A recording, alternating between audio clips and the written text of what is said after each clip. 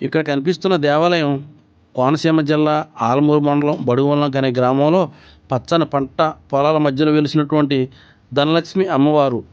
ఇక్కడ ఎక్కువగా బంతి, చామంతి, అలాగే కనకాంబరాలు మరియు లిల్లీ పువ్వులు కూడా పండిస్తారు. అంతేకాకుండా ఇక్కడ ఎక్కువగా అరటికాయ, బెండకాయ, దొండకాయ, బీరకాయ, ఆనపకాయ, అలాగే దోసకాయ, పచ్చిమిర్చి, క్యాబేజీ, కాలీఫ్లవర్, వంకాయ మరియు సీజనల్గా పొగాకు కూడా పండిస్తారండి. అంతేకాకుండా ఇక్కడ ప్రతి ఇంటికి 2-3 పాడి గేదెలు కూడా ఉంటాయి.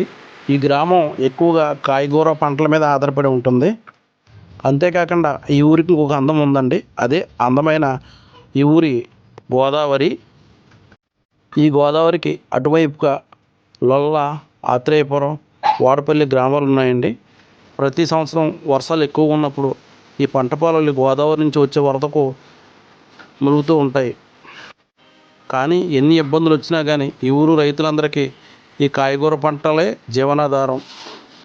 200 సంవత్సరాల క్రితం నుంచి ఈ పంట పొలాల మధ్యలో ఇక్కడ ఒక బావి ఉండేది. ఆ బావిలో ఉన్న నీరుని ఇక్కడ రైతులందరూ తాగేవారు.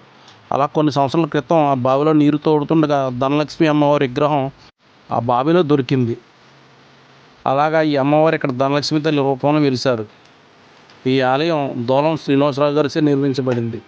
ఈ గ్రామం పాడి పంటలతో ఎంతో సంతోషంగా ఉండడానికి కారణం ఈ ధనలక్ష్మి అమ్మవారు అని చెప్పి ఇక్కడ రైతులందరూ నమ్ముతారు. ఇక్కడ ప్రతి శుక్రవారం ఈ అమ్మవారి పూజా కార్యక్రమాలు జరుగుతూ ఉంటాయి. ఎవరైనా ఈ ఊరు కనుక వస్తే పచ్చని పొలాల మధ్యలో ఉన్న ధనలక్ష్మి అమ్మవారిని దర్శించుకుంటారని చెప్పి మరీ తెలియజేసుకుంటున్నాం.